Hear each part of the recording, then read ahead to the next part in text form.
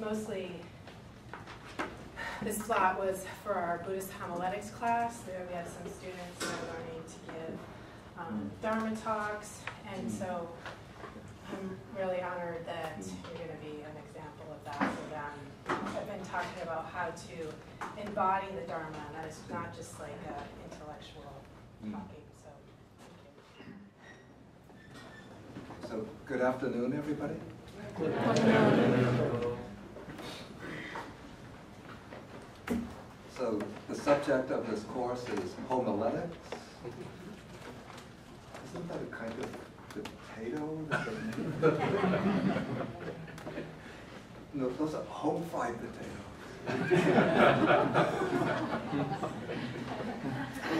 Yeah, so I was given the topic, the art of giving a Dharma talk. And now I have to begin with a confession. I've given maybe hundreds of Dharma talks, but I've never figured out the art of giving one. And I was planning to do that this morning, but then I found we had a doctor's appointment. Then as soon as we got back from the doctor's appointment, I had to go out for lunch, and some of my friends here decided to take me out to a restaurant for lunch. And then when we got back from lunch, I was really tired. So I had to take a little rest for 20 minutes or so. And that left me with about, well, 10 minutes to get from the dormitory over here. And while I was sitting here, I made a few notes on the art of giving a Dharma talk. So please excuse me if this seems rather spontaneous and extemporaneous and not systematic. I found actually, I looked into the Anguttara Nikaya, where the Buddha lays down 5 important points in giving, in teaching the Dharma. The Buddha is speaking to Ananda, and he says that it is not easy to speak the Dharma. It's not easy to give a proper Dharma talk. And then he mentions 5 guidelines that a Dhammacatika, that's a speaker of the Dharma, should follow in giving a Dharma talk. And for those who want to look this up, this is in the Anguttara Nikaya, the Book of the Fives. It's Sutta number 160. So the Buddha says, one who wants to give a Dhamma talk should give what is called a progressive or sequential talk. The Pali word, for those of you who are studying Pali, is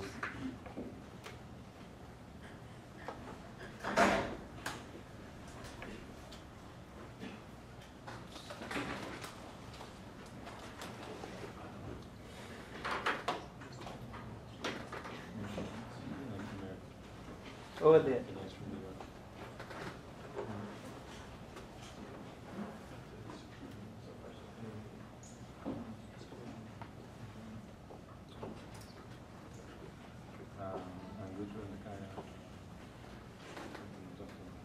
That means that it's the talk which should progress or move in some kind of meaningful sequential order from topic to topic.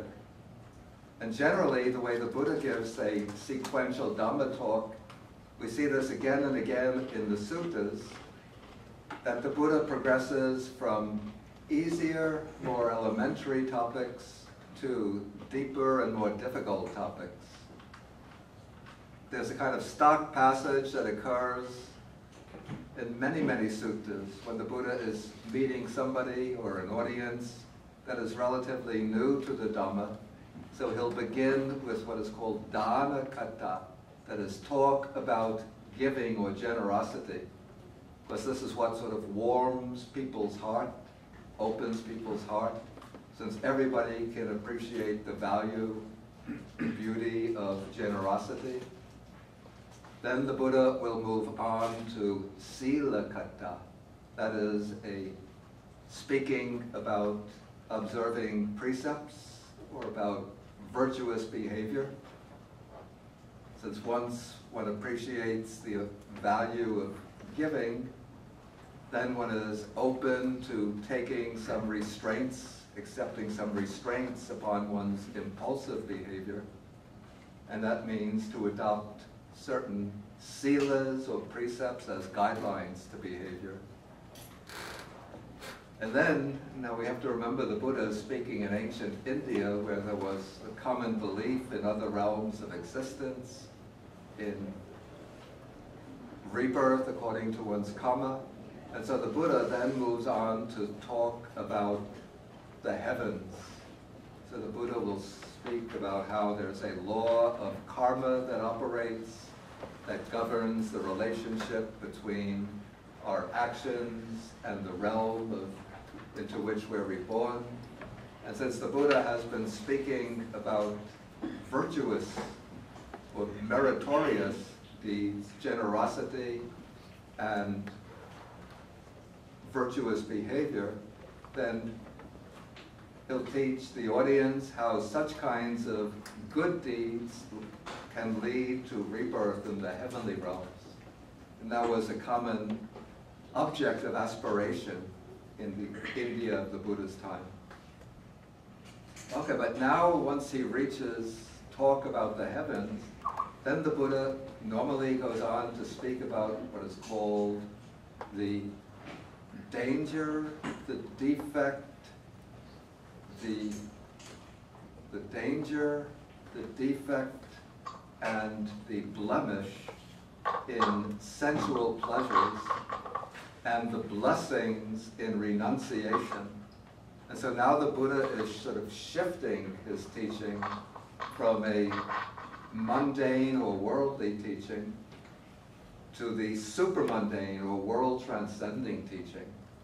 And that aspect of the Buddha's teaching begins with renunciation, even renouncing the joys, the delights of the heavens, because they're impermanent. And then after the Buddha begins speaking about the blessings of renunciation, then when he sees that the minds of the people who are listening have become sort of softened, opened up, full of trust, confidence, free from obstructions, mental obstructions, then the Buddha will expound to them what is called the exalted Dharma teaching of the enlightened ones. This is the teaching on the Four Noble Truths. And so here in the West, if anybody is writing a general book on Buddhism, oh! Well, thank you. I think I could open it. Wow, what a pleasure and honor. You should be giving the Dharma talk. I should be listening today.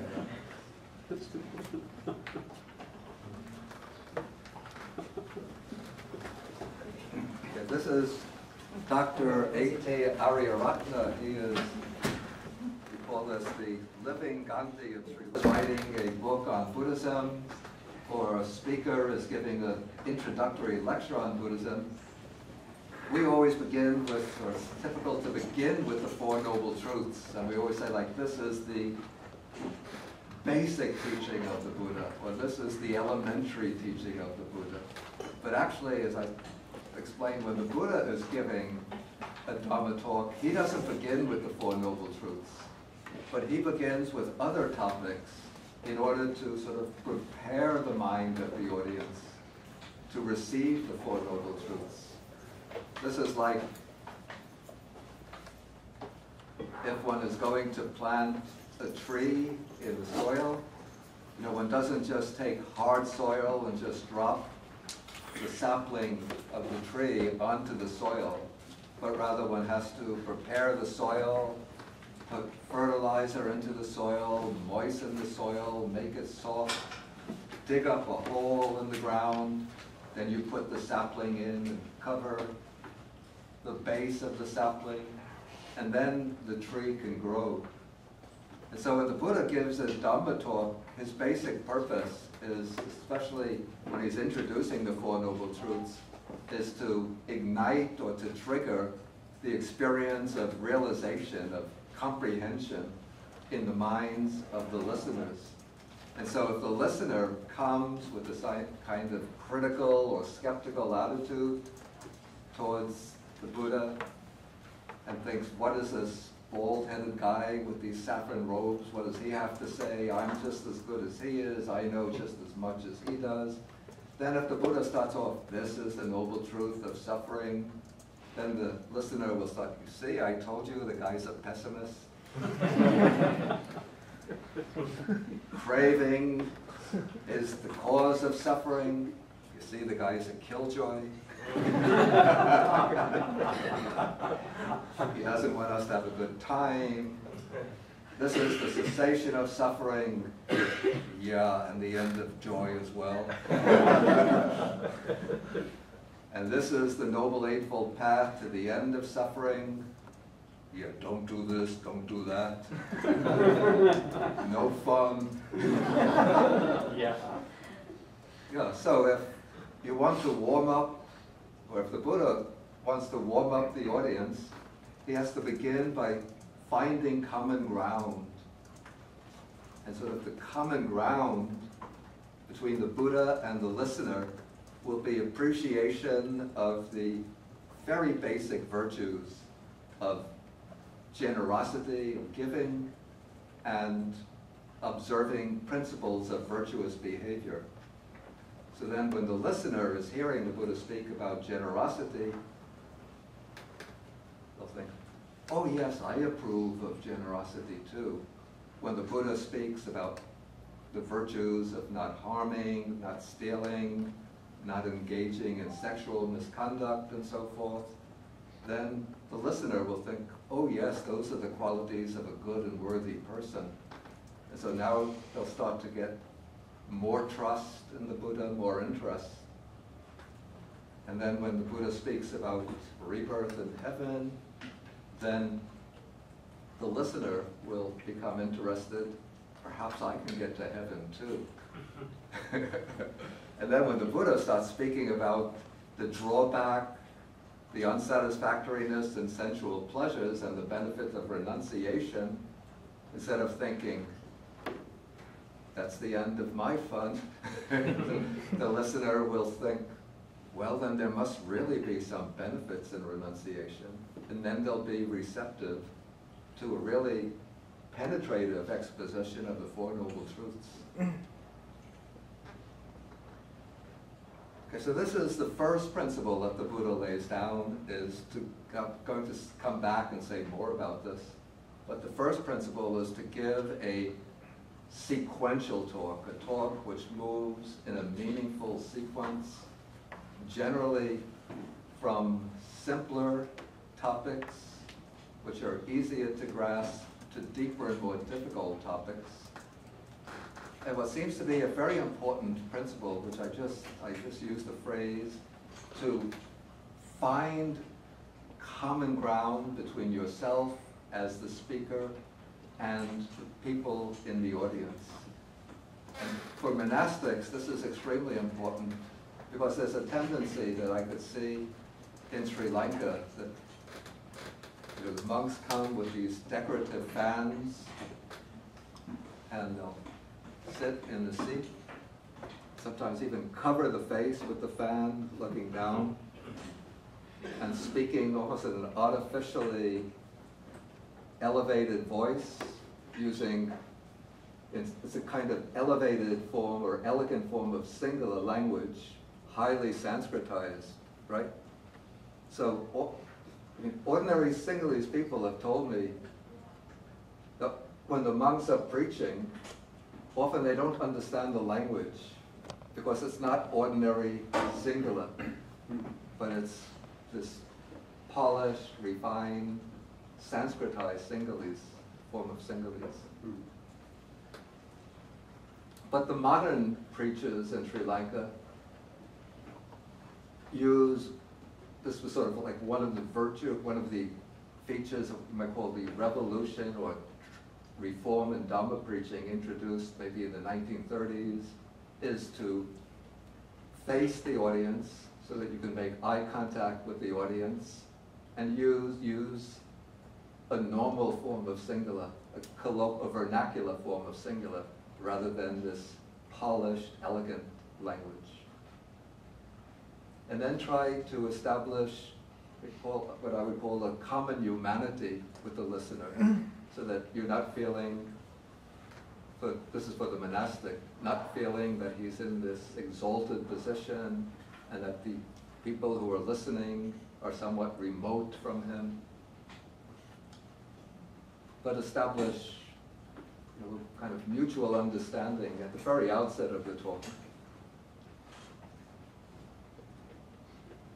Okay, the second principle that the Buddha mentions is that the talk should be, the principles mentioned in the talk should be backed up by reasons and examples.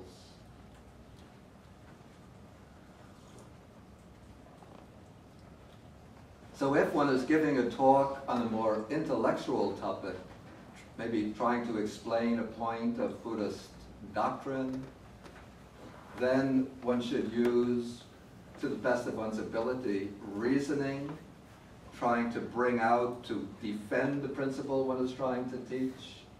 For example, if one is trying to teach the Buddhist doctrine of anatta, non-self, one has to clearly convey the reasons why the Buddha is saying that dhammas or phenomena are not self. If one is trying to teach dependent origination, one has to explain what is meant by dependent origination and use examples and illustrations to exemplify this. Like, even though in the Theravada tradition we usually explain dependent origination in terms of the 12 links, but somebody like a modern Buddhist teacher like Thich Nhat Hanh uses sometimes very concrete examples from everyday life to show the principle of conditionality. Like I know what he says very often is that when he gives a talk, he usually has a cup of tea in front of him, and he'll say that when I'm drinking tea, I'm actually drinking a cloud, because the tea is made from water, the water comes from rain, and rain is stored in the cloud. So one could say that the cloud is in the cup. So if people hear that, then they will resonate with it. And I used to use the example of a sheet of paper to show how many conditions enter into producing a sheet of paper. That to get paper, you need trees, and usually the trees grow in a forest. To grow trees, you need the seed of the tree, you need moisture, you need soil. Then to turn the wood into paper, you need loggers who will cut down the tree, a paper mill that will turn the pulp of the tree into paper, and then a whole chain of processes that are necessary to turn wood into paper. So we could say all of those are conditions for a piece of paper. So this is just a few examples of how one could use a concrete, well, these are some illustrations that will show how one could use a concrete example to exemplify a principle. But talks are not always about doctrinal or philosophical principles. Often, in fact, most often, we have to speak about our experiences in daily life. And so to back up one's teaching, one could choose incidents that one has experienced oneself, events from one's own past experience, to illustrate the principle of that one is trying to convey in one's Dharma talk. Now, for example, I'm here giving a talk on the art of the Dharma talk. And maybe some of you are thinking, wow, I've never given a Dharma talk before. That's frightening. Particularly, I'm going to walk into a room like this, and one sees 1, 2, 3, 4, 1, 2, 3, 4, 5, 6, 7, 8, 9, 10, let's say 40 people on this side, 1, 2, 3, 4, 5, 6, 7, 8, 9, 10. Maybe another 40 on this side, and eminent persons like Dr. Arya Ratna, Bhante Valpalapiyananda here. Maybe at my first Dharma talk, they're sitting there with a kind of or maybe your professors are sitting there with the chart, with different appearance, presentation, opening, arguments, to check off each point. So frightening. So I tell you, my experience, this wasn't so much a Dharma talk as a monk, but in let's see, going back to 1970, yeah, that's right. While I was in graduate school, which was almost just up the road here at Claremont Graduate School, while I was working on my dissertation, in order to pay back student loans, I got a job teaching world religions in California State College at Fullerton. And so I was to start in the fall of 1970. And as the summer was going on, as we got into August, I was thinking, and I was a very shy person,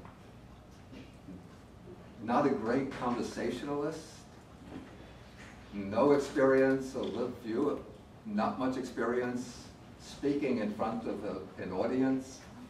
And these are the days, I don't think any of you were around during that period. These were the days even when students were taking over buildings on a college campus, and maybe Tom was around. Students were taking over buildings on the campuses and saying, we're not going to let the school continue until we get this demand satisfied, that demand satisfied. You know, I'm thinking in 1 month I'm going to have to be going into a classroom with maybe 80 students and taking full responsibility for that class. And I was just so nervous and so worried about it that I'm not exaggerating. I developed a kind of insomnia during that period. I would lie down trying to fall asleep, but then I would become gripped by a worry and anxiety about coming in front of the class. And then I just learned, well, I did reading the different world religions. I took a lot of notes, organized my lectures very carefully. And then I came into the class and started to teach. And even after the first class, just suddenly all of my fears and worries and concerns just dropped away, and then it became quite natural. Yeah, so don't worry too much.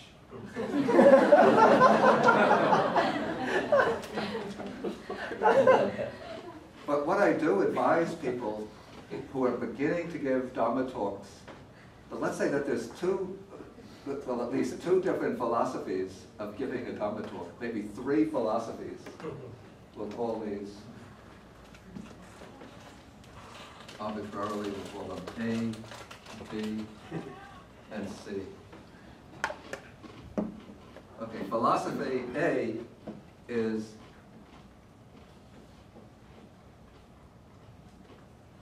thorough preparation, very, very thorough set of notes, and you come into class and you adhere very closely to a detailed outline.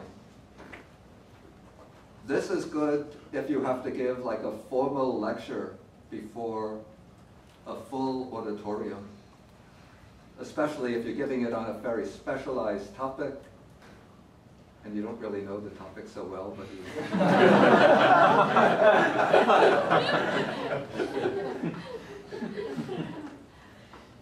and if you're afraid of getting panic attacks in the middle of a lecture. And in fact, I used to follow this approach when I started to give talks. But it becomes a little bit, well, there's a danger that one gets sticks too fast to the text of one's talk, and then one could fall into what's a very wrong approach, and that is to start reading from one's notes. Okay, the other approach, we'll pull these to two extremes, and this is, you might call a completely spontaneous talk.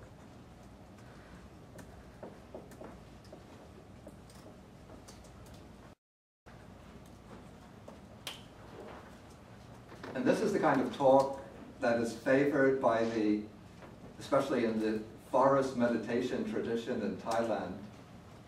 Like probably many of you have heard of the elder American monk Ajahn Sumedho, who is a pupil in Thailand of the famous Thai meditation master Ajahn Chah.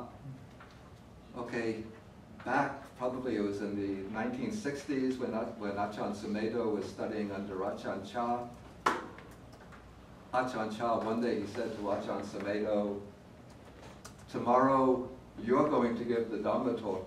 And Ajahn Sumedho, he was also, I think, a rather introverted, shy person at the time, and very afraid of the obligation to give a talk, especially since he had to give it to Thai people, and so he had to speak in Thai. And so he prepared very detailed notes on his talk. And so when his turn came, he had an outline in front of him, and he was constantly referring to the outline when giving the talk. And everybody was listening and appreciative of the talk. And then after the talk, Ajahn Chah was coming up to him, and Ajahn Sumedho was starting to feel a little bit proud and thinking, Ajahn Chah is coming to congratulate me on my talk. And Ajahn Chah said to him, "Don't you ever do that again."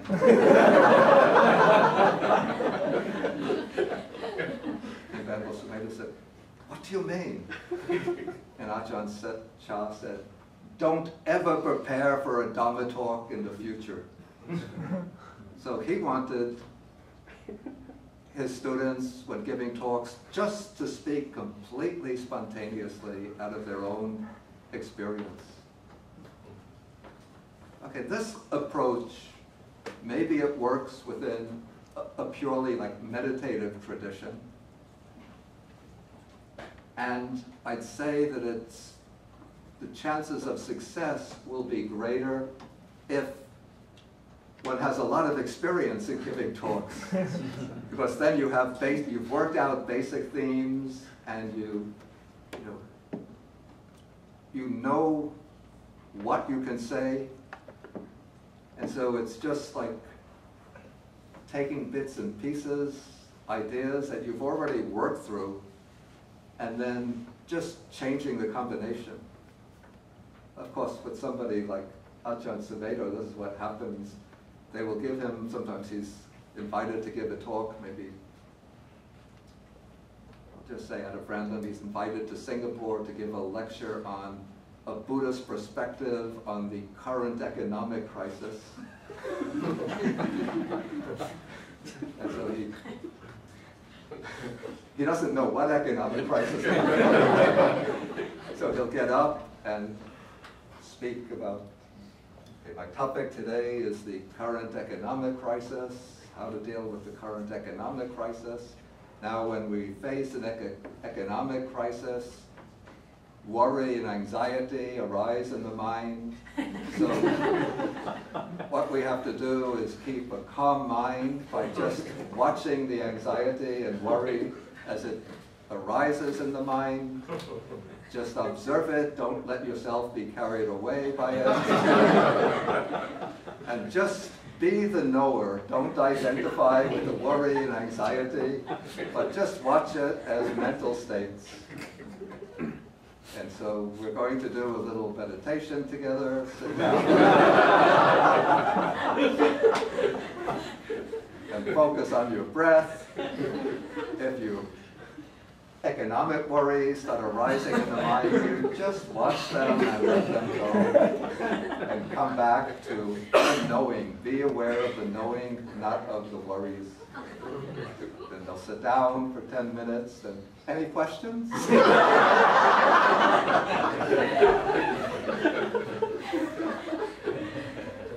Okay, so that's the second approach.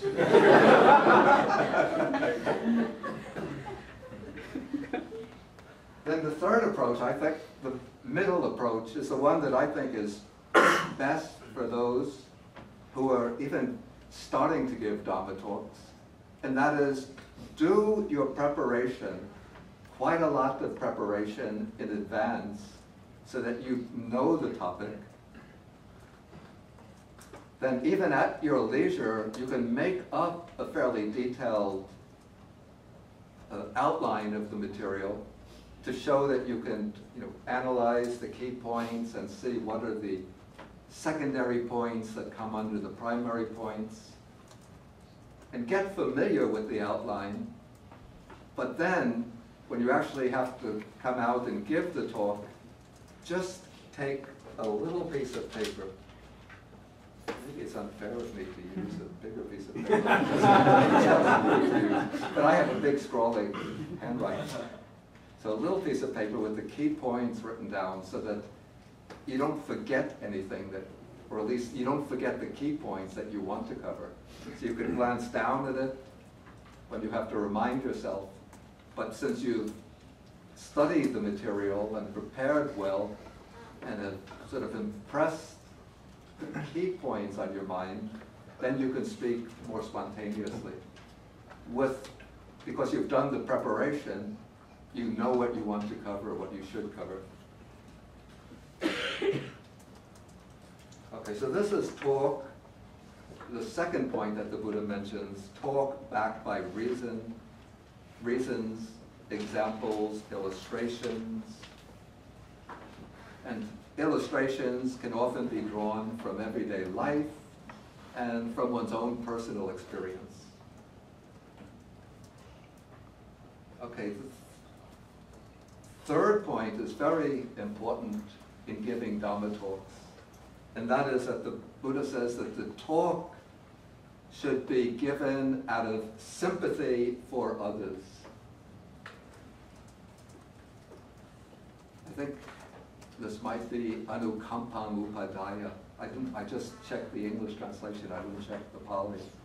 But the key point is that when giving a Dharma talk, which is somewhat different from an academic lecture on Buddhism, the purpose of the Dharma talk is to edify others, to benefit others. And so for this reason, in order to make the talk beneficial to others, one sets up in one's mind sympathy or compassion or loving kindness for those to whom one is going to give the talk. And so it's good before the talk, when coming into the lecture hall, especially if one's done the meditations on loving kindness and compassion in the past, so you have a familiarity with those themes in one's mind.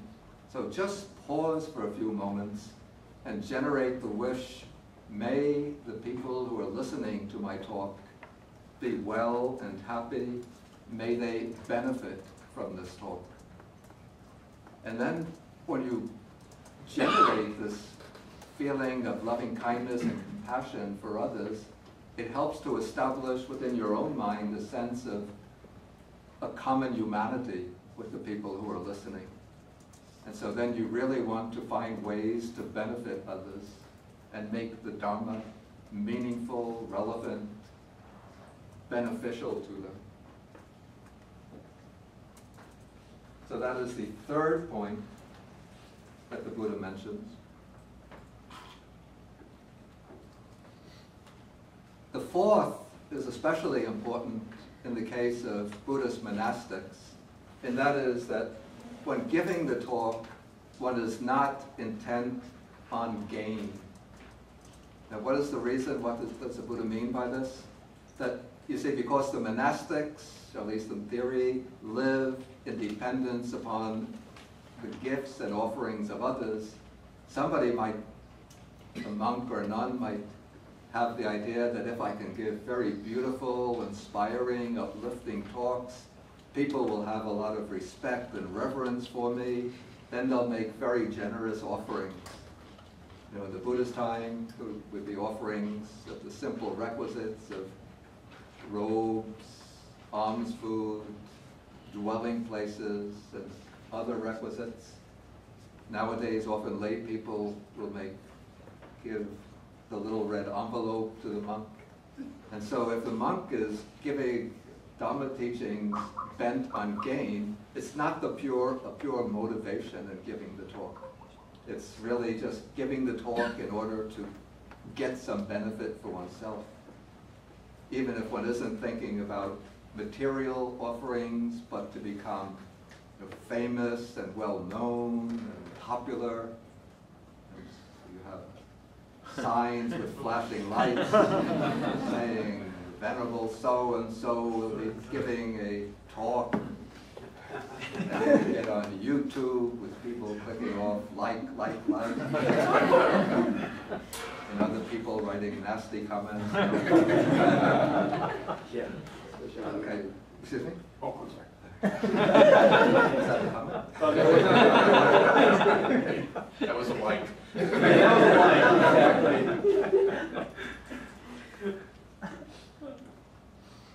So one doesn't give the talk bent on gain. And then the fifth point that the Buddha mentions is when giving the talk, one doesn't aim to create harm either for oneself or for others. Generally, people don't want to create harm for themselves. So I'm not quite sure of the meaning of that one. But sometimes people want to create harm for others. So if one gives a talk sort of denouncing another person, and if it's a monk who's in this temple, maybe denigrating the monk who lives in a temple across the road. No, I'm speaking seriously. This isn't humorously. So sometimes a monk living in one place because he wants to attract more lay followers to his temple, so he'll start criticizing the monks living in another temple, or sometimes he'll berate the people in the audience. You know, you people are not practicing diligently enough. You're not really sincere. I mean, sometimes there could be a useful purpose in speaking like that, but it should be done with a mind of loving kindness and with a wish to uplift people. But if one is doing it in an angry, spiteful mood in order to put others down, then it's a wrong motivation in giving the talk. Okay, so these are concerned 5 topics, which I would say, 5 topics I would say are concerned with the manner of giving the talk. But now I want to move into the subject area of a Dharma talk. How much time do we have? I wasn't sure how long we have to go on. You could go till 3:45. And then the class ends at 3:45. Yeah, but if you were going to go till, if you wanted to go to earlier, that's fine too. Well, I want to leave time for questions and answers. Okay, so I'm going to treat this a little briefly then. Okay, now I found a method based on the old commentaries of distinguishing the different strata or layers of Dhamma teachings into 3 categories, which are based on their fundamental aim. So I call these the teachings which are directed towards benefit or good here and now in this present life. You may call this the mundane goods visible here and now. Maybe I'll put these.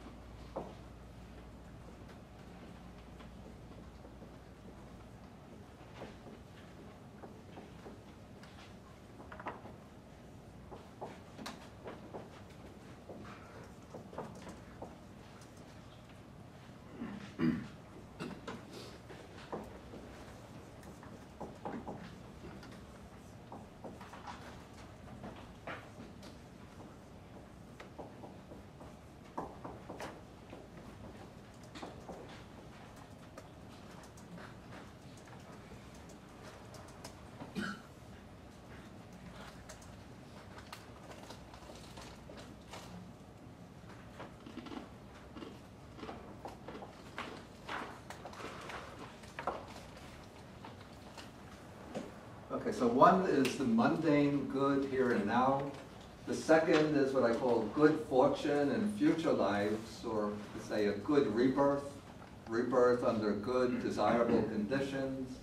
And the third is the ultimate good, or the final good, which is liberation, deliverance, vimukti, nibbana, the attainment of nirvana. And so one has to, when giving the talk, have some assessment of the audience, the people who are listening, to see what kind of teaching would be appropriate for the audience. And then out of once one assesses the audience, one could choose which aspect of the Dharma one is going to speak about. And the talk doesn't have to be confined to one area. One can move from one to the other. But now if one is going to speak, for example, about the mundane good here and now, you could take different problems that people face in their day-to-day life. And again, this has many facets. We could say the problems that people face of struggling to earn a livelihood in a very competitive, bitter world. One could speak about, well, the stress that people face in their family life, in their interpersonal relations. You could speak about you can see that these are different aspects of dukkha, so it's still broadly within the range of the First Noble Truth. We could speak about how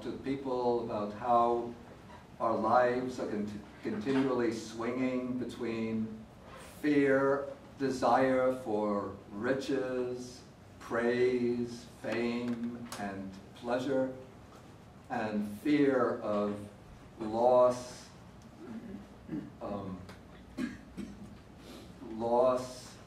dishonor, dispraise, and pain and illness, how to cope with problems like chronic illness, fear of old age, fear of death, or on a broader level, the problems that people face in society, how to deal with economic stress, economic crisis, not just watching worry and concern arise and pass away.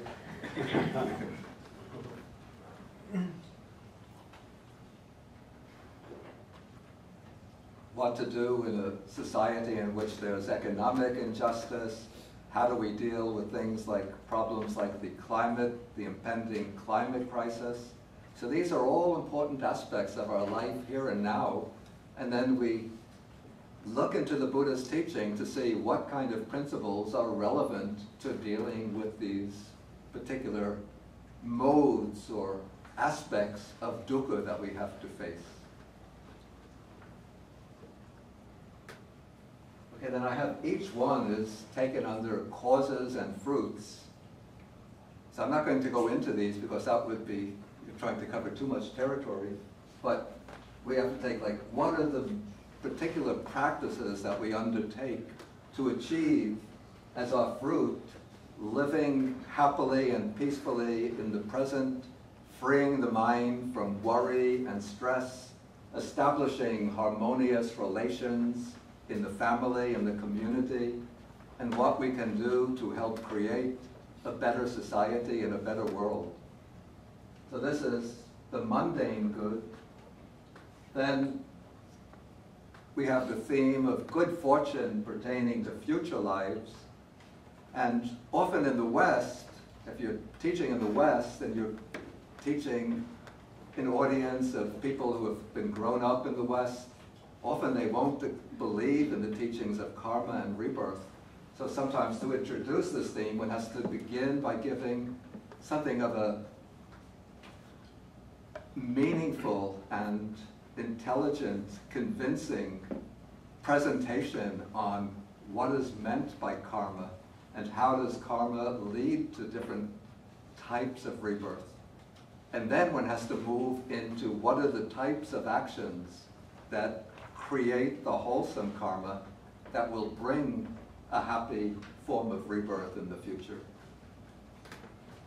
And then, if one is to be true to the ultimate aim of the Dharma, eventually when you're speaking to people who are mature enough spiritually or curious enough or have enough keen enough interest, one should definitely bring in the ultimate good, which is nibbana, final deliverance, and explain it really when it's going to be, this is extremely important, to be true to the Dharma in one's teaching. Don't compromise the Dharma in order to make it palatable and delectable to a skeptical audience. Initially, one may have to, I would say, soften the tone of the presentation. And as I said, to find common ground, to use upaya or expedients to arouse the interest and trust of people. But don't try to reinterpret the essential Buddhist principles in order to make them fit in, say, with the contemporary Western, American, naturalistic, scientific way of understanding the world.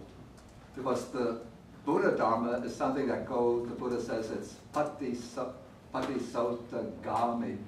It goes against the stream, against the current. And so one has to be prepared for the fact that people in the audience, maybe they won't agree with you. But you can't expect everybody to agree with you. Not everybody who listened to the Buddha agreed with him. But we have to be true and faithful to the Dhamma. And so we have to eventually bring in the ultimate good, which is nibbana, deliverance, release from the cycle of repeated birth and death, and then bring in the causes of that, the practices that lead to that goal, which would be practices like the Noble Eightfold Path, the 4 foundations of mindfulness, the 5 faculties, and so forth. Okay, I said I wanted to leave some time for questions, and then I wanted to give an opportunity for Dr. Arya Ratna to give a little spontaneous. Really one of the most important people in Sri Lanka over the course of the second half of the 20th century and the beginning of the 21st century. I think it's a blessing and honor that he's come to this lecture and to have him with us today. So I'll take about 10 minutes of questions, and then I'll ask if Dr. Arya Ratna can speak a little bit about the work that he's done over the years. Please feel welcome. Oh, I have a question. Thank you, Venerable. If a layperson who cannot speak Pali approaches to you, you prefer to teach him Pali, or you prefer to give him your English translation work? I'm certainly not going to insist that people learn Pali in order to learn the Dhamma. I think people should learn the Dhamma in their own languages. If somebody wants to be able to read the text in the old language in which it's preserved, then I would say study Pali. But if somebody just wants to know how to learn the Dhamma, how to apply it to their own life, or even on an academic level, I think that they can get enough of the essential principles with English translations, with a glossary that will use the important Dhamma terms in Pali and then some explanation of them. Okay. Okay, Tom? Ante, thank you. Could you talk a little bit more about how, when you're confronted with problems like climate change or like the current economic crisis, how do you address those problems skillfully without becoming strident or critical or harsh to others? Could you talk about that? My personal fault is that I have a tendency to become a little bit strident. No, but I think it's just a matter of training the mind so that one doesn't let anger and ill will towards others dominate and control the mind. But I think one has to, giving a Buddhist diagnosis of those problems, one really has to be ready to put one's finger on the underlying causation, even if it means exposing those who are responsible for it. And those particular forces in the economy and political system that are maintaining these problems, but doing it without angry denunciation of them. but say that this is where the problems arise. These are the things, in my opinion, that should be changed in order to create a healthier, more humane economy and a healthier environment. Yes, so for example, we are invited to give a Dharma talk for the person who, for the people who are totally stranger. We don't know the common ground between us and them. So how should we deal with that? It would be good if you come a little closer. I'm serious. So what I mean is, if we are invited to give a Dharma talk for the people like they are stranger, we don't know them, so we don't have a common background with them. So what is the good advice for you? Yeah, if the people are strangers and you don't have a common background, the safest way is to begin with very general, very basic principles. Like, okay, in the past, very often, this is when I was living in Washington, D.C., I would be invited by the high schools or by colleges to give Dharma talk to the students. There would be students taking a course in world religions. And so for Buddhism, they would want to get a Buddhist monk to speak. So I would usually often begin by using this famous verse from the Dhammapada to abstain from all evil, to cultivate the good, and to purify one's mind. This is the teaching of the Buddhas. So then I would start off with that verse, explain what is meant by abstaining from evil, what are some of the positive qualities that the Buddha praises that constitute cultivating the good, and then move into the topic of purifying the mind.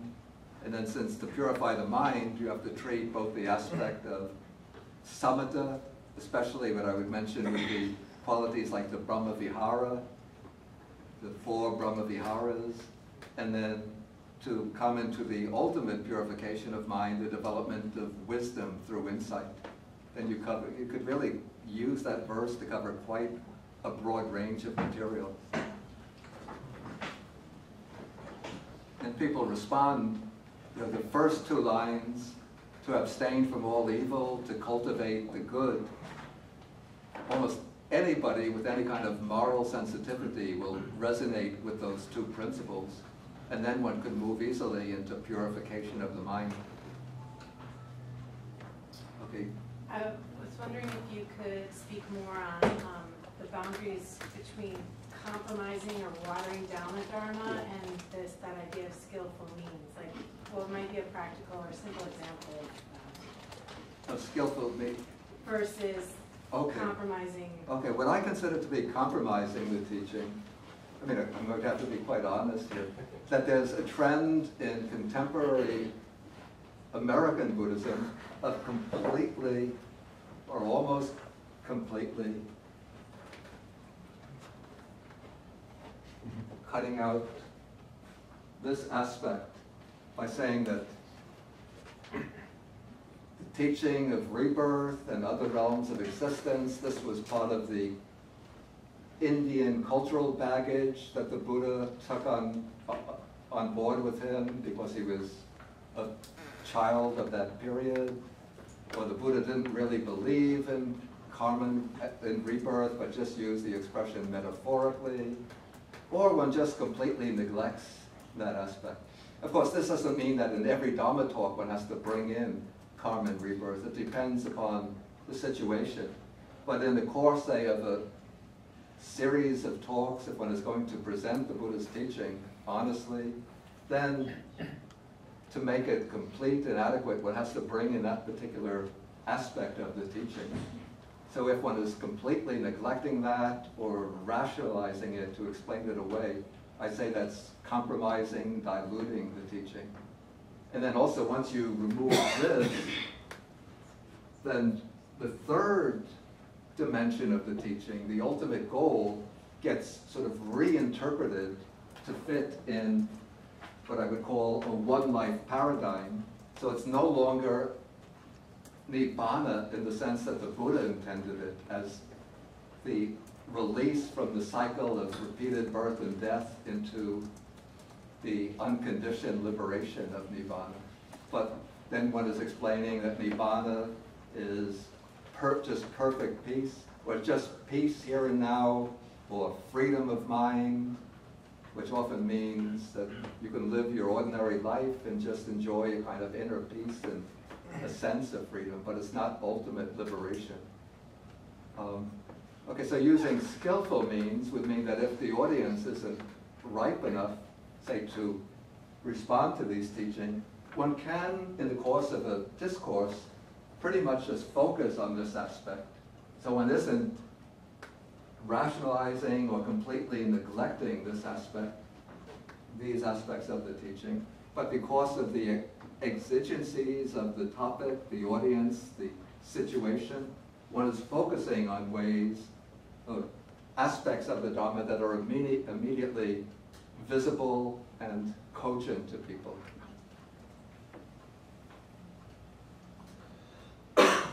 The young man with the purple shirt. Thank you, Dean. I was hoping I could ask you to give us a concise definition of Nibbana. And also as a follow-up, I would like to know why you think some people find Nibbana off-putting, or it's hard to reach them on that ultimate level. I'm not going to try to give a philosophical treatment to Nibbana. There are books that I could recommend. One is, I think you can find it on the internet. It's by one of my teachers, the German monk Venerable Nyanaponika. It's called Anatta and Nibbana, Non-Self and, I think it was subtitled Non-Self and Deliverance. But if you look for Anatta and Nibbana, and you get the correct spelling, you'll find it. And his name is Nyanaponika.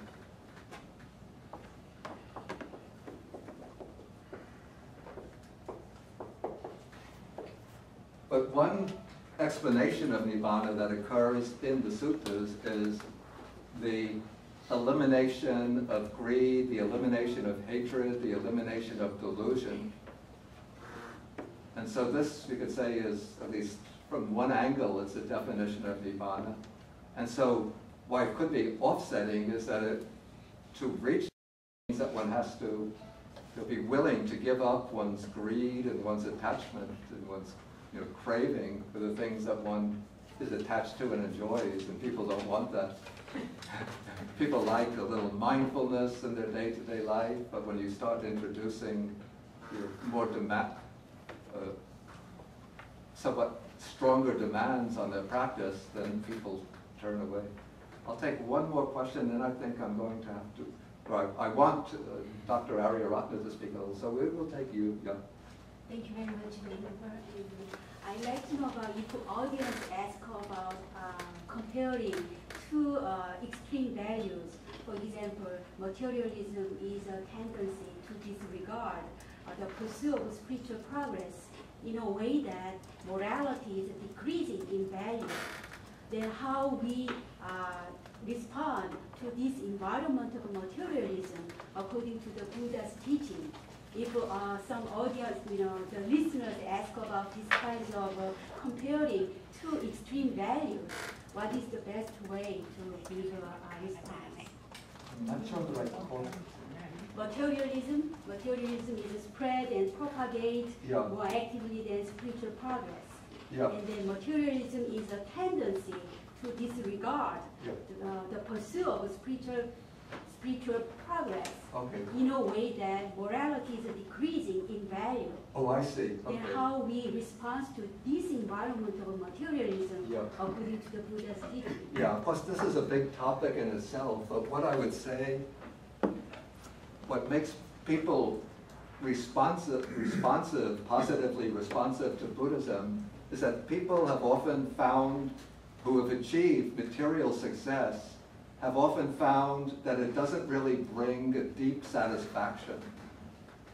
And so even though somebody might have achieved success in worldly terms, high position, respect from others, wealth, but they'll find something is lacking and they have some unfulfilled, especially a sense of meaninglessness and this disturbing question, what is the purpose of my life? Is it just, to be rich and to be admired by others because of material success?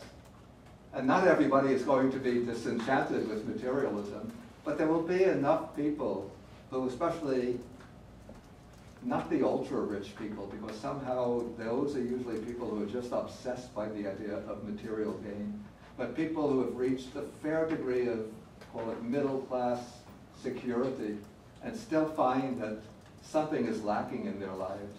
And so they'll be responsive to the teaching of the Dharma, and they'll come to recognize, I think, that certain types of moral practices are essential to live a wholesome, meaningful, inwardly rewarding life.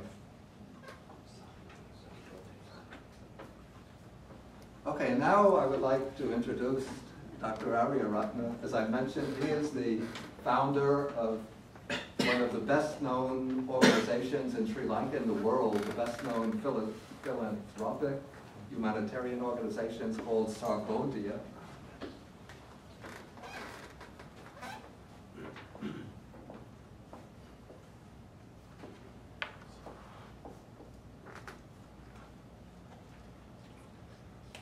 And he has been working relentlessly through Sarvodaya from the 1950s, even up to the present, to promote the economic and social and spiritual well-being of the people of Sri Lanka.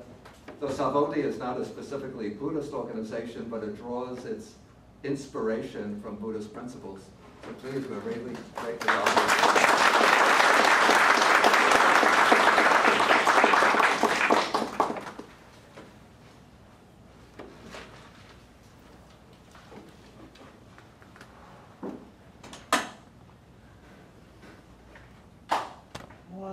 Venerable Sir, I think this is a very unexpected opportunity for me to share some of my thoughts in a few minutes. So rather than go to specific actions we are doing back in Sri Lanka, in which I was involved for maybe double, treble your age. 66 years I was involved in it. So in 5-6 minutes, trying to give an idea may be a very difficult task. I was born a Buddhist in a Buddhist family. And if anybody could expect to be born in a practicing Buddhist family, I think I got that family background. My mother and father and all the others in the family were very devoted Buddhists. But they did not know, they would have known a little bit of Pali. They would have known a lot of stories connected with Buddha's past life and his teachings. But they did not understand in depth what you and I have been studying in the Dharma. But when you look at their practices, I think they are far, far above us. That was the first impression I had as a child in my own family. We went to Dharma school, where Buddha Dharma was taught to us by the Buddhist monks, and we did not understand the depth of the meanings of what we learned till we became adults. Then I became a student of science. Then I got qualified as a science teacher, and then I taught science in a high school. And it was during that period these venerable monks, Aggamaha Pandita, the greatest title that a monk in our country can get, Venerable Piyananda and his colleague, both of them were contemporaries with me, but they were much younger to me, at least over 20 years younger to me. So they were with me right through, and accidentally I happened to be meeting them today. And when I heard Bhikkhu Bodhi was going to address you, I said, I want to see him and get inspired by him because he's one of my ideal figures, and his teacher, Venerable Jnanaponika, was one who gave me all the encouragement I needed at a time when most of the educated Buddhist monks were at declared war on what I was doing. He wrote in his own handwriting, he said, please do not get discouraged by the statements made by these scholar monks but who don't practice. The interpretation you have given to Satara Brahma Viharana, 4 Brahma Viharas, is the right one. If anybody questions you, quote me. So I had an authority. Then the next most respected monk in the country who knew his stuff, and he was also a practicing monk, Venerable Jnanasira, he stood up for me and said, rest of my life, I'll join you. And he did it. Handing over everything he possessed, his temples, everything to the Sarvodaya movement. Now I'll explain why. Very briefly I said, I had 4 objectives in mind. How can we get Buddha Dhamma explained to our people so that their individual personalities could be awakened? Number 1. Number 2, how could it apply to family awakening? How could Buddha Dhamma apply to community awakening? Or national awakening and world awakening? So I coined 5 words. The original word Sarvodaya was coined by Mahatma Gandhi to work for the well-being of all, good of all. I reinterpreted it saying awakening of all. Because Udaya in our language is awakening. And Buddha said, Chakku Mudapadi, awaken your senses. Unless we awaken our eyes and ears and nose and tongue and the body and the mind itself, no awakening is possible. So these sensory organs have to be awakened in such a way that we come to know that these senses are impermanent. Whatever strikes the senses, the objects are also impermanent. Whatever kinds of consciousness that is created as a result of these 5 components or 6 senses, that's also impermanent. Now, our mothers, without knowing anything, if they hear of somebody being ill, say, Anicca Dukkha Anatta. Somebody had died, Anicca Dukkha Anatta. Those days we didn't understand. You know, my mother may have gone to the 3rd standard.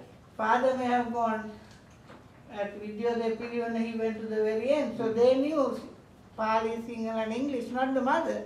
But we learn more Dhamma from the mother than the father.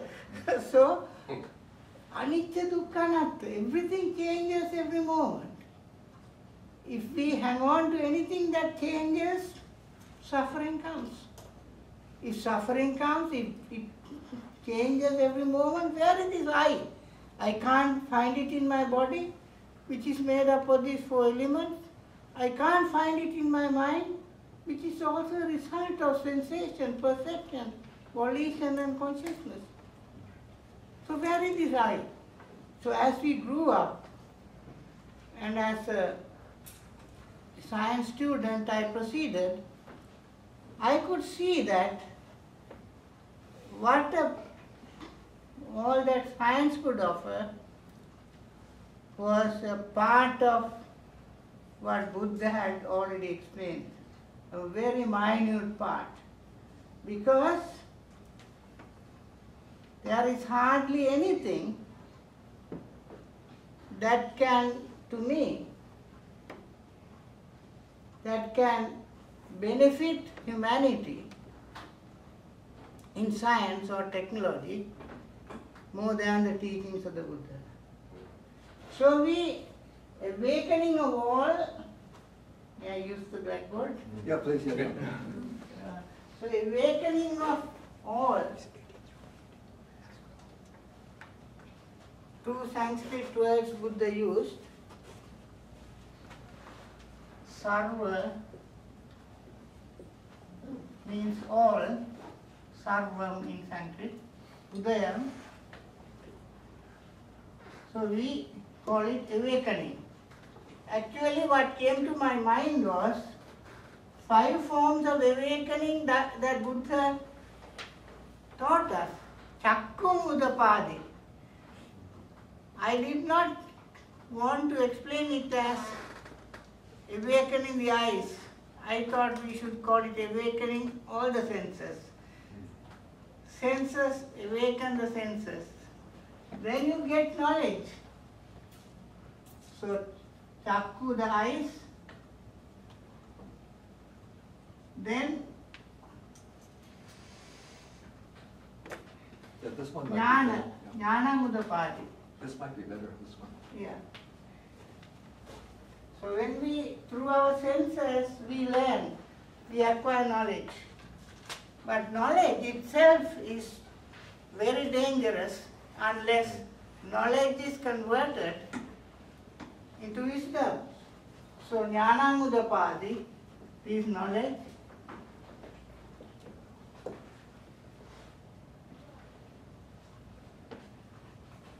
Panya udapadi, that is awaken your wisdom.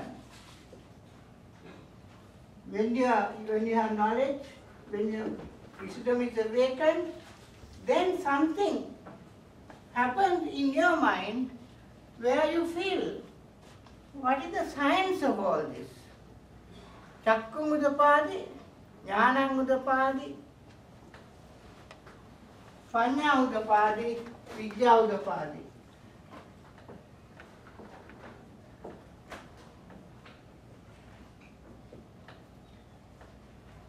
Aloko udapadi, finally the light. If you may call it nirvana, call it nibbana, it's fine. Awaken yourself completely into the light. So,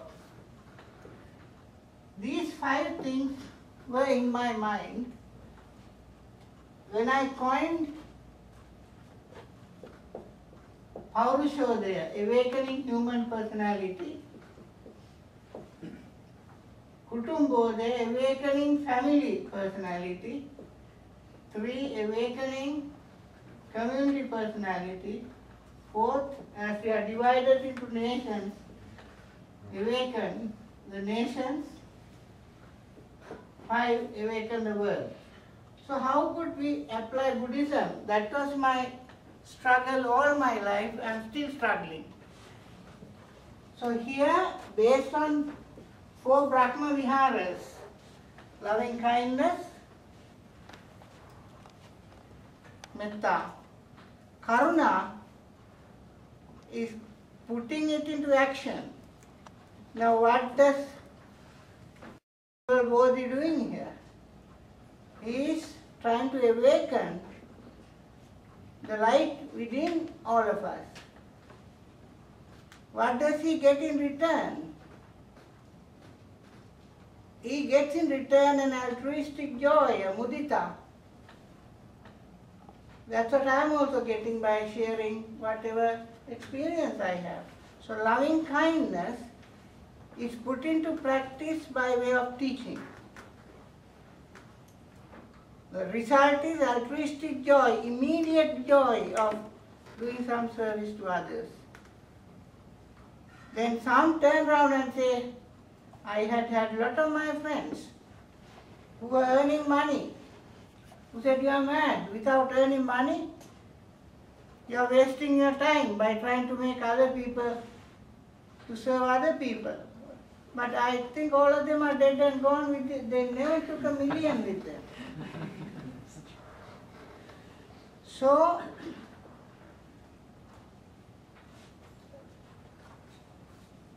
Upekha naturally gets into you. I have been scolded so much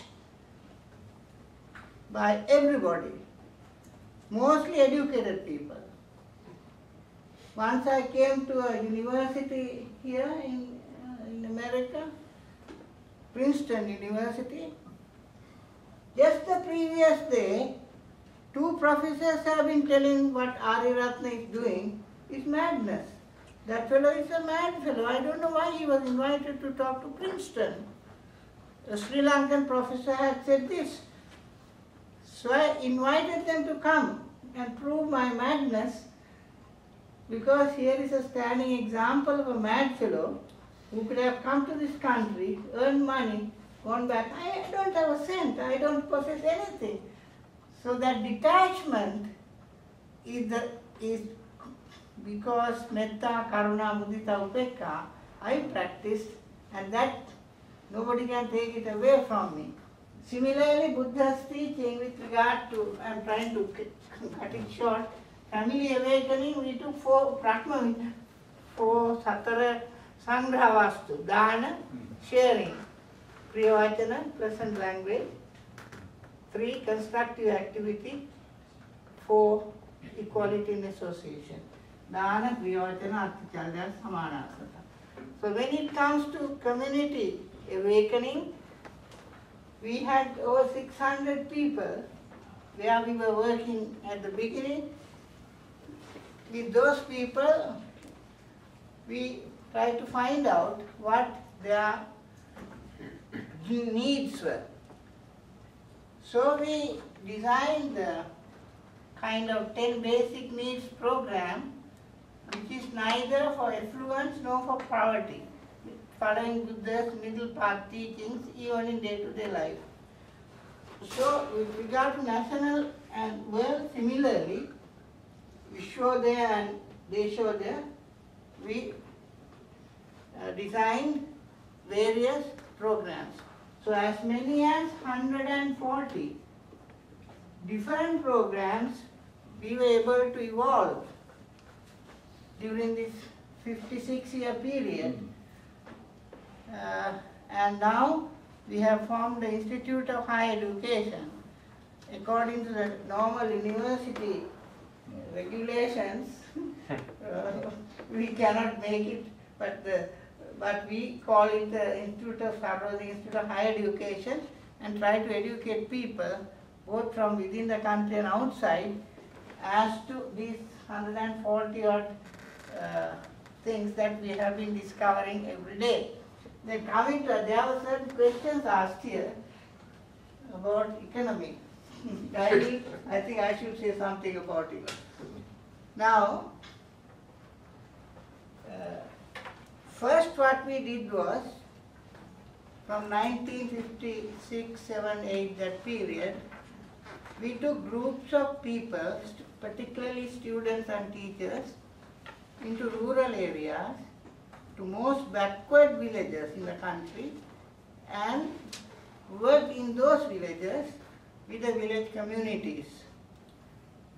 If they had no wells, we dug wells. If they had no water for their paddy fields, we repaired or built new tanks, reservoirs, and irrigation canals, and provided them the water so that they could cultivate their lands and earn a living like that. We did all that without referring to any caste, race, religion, or any other division created by human beings.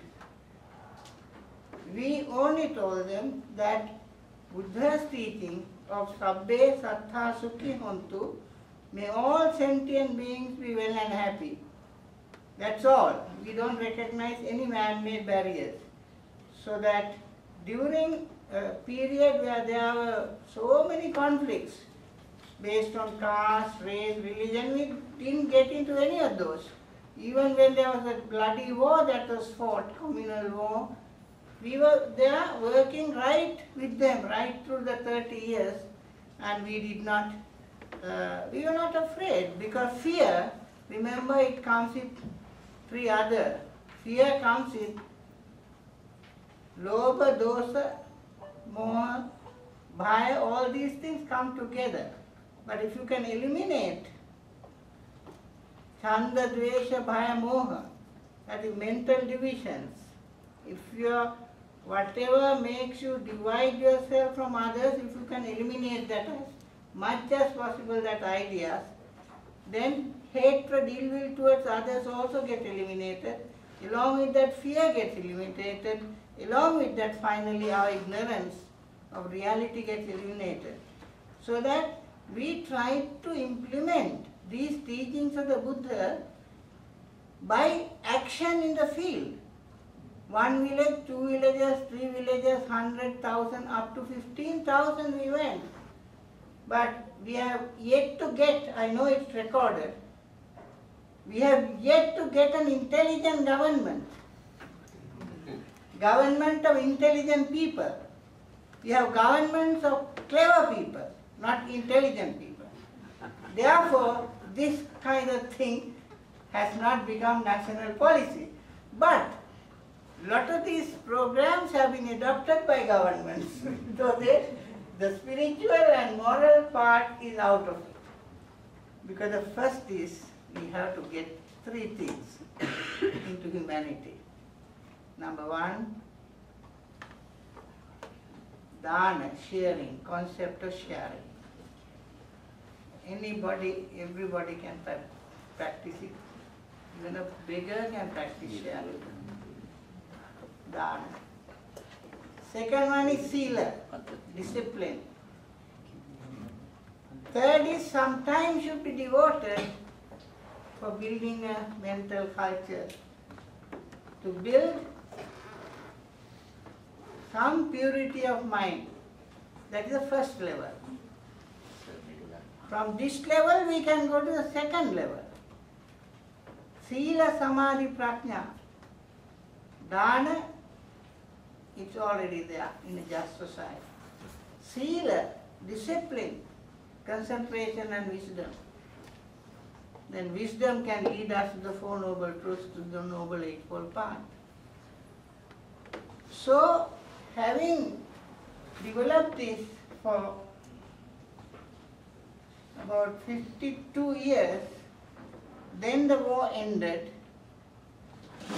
Then we thought that this war is caused first in the mind, second the economic and political.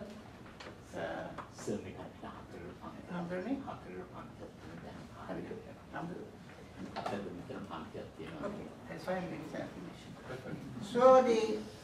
now we have launched on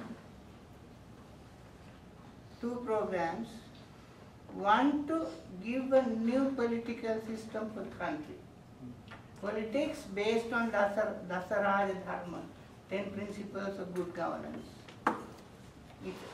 During Buddha's days it was valid, even today it is more valid. So we have formed in all the 322 districts and sub-districts in the country, national awakening committees. So it is functioning now. I went to all the 26 districts and addressed over 1,600 people. Now it's going on. The other is in the economic field. Samma Ajiva. The Noble Eightfold Path is Samma Ajiva. So we have formed now a finance company which has no ownership. Which has? No owners. And it takes time to explain that. So anyway, what we want to do is, at these 5 levels, unless we have Buddha Dhamma added to these 5 levels, in the spiritual field,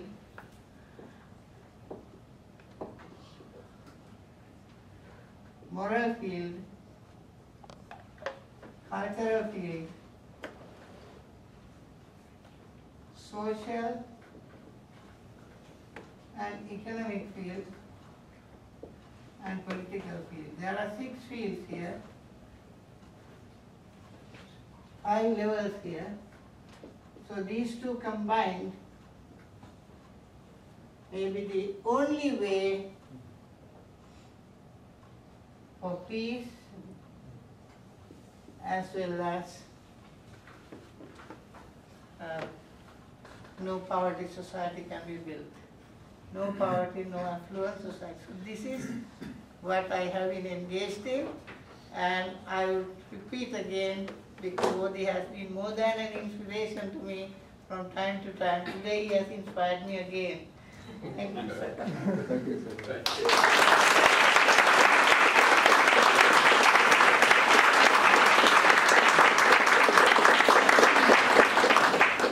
If anyone want to go and work in Sarvodaya movement in Sri Lanka, go to internet.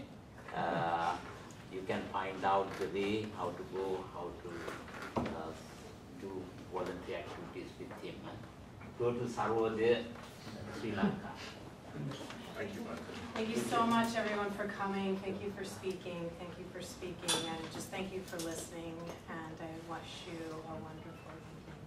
I can take one. Yes, please. Yeah.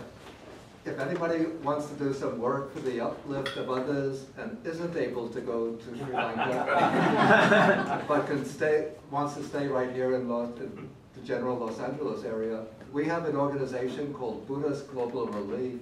Do you have brochures with you? I have some in my car. In your car. And we have, every year, we have a walk to feed the hungry. That is a walk to generate funds for our projects, the projects that we launch and sponsor. And Tom Morris here is the coordinator for that walk.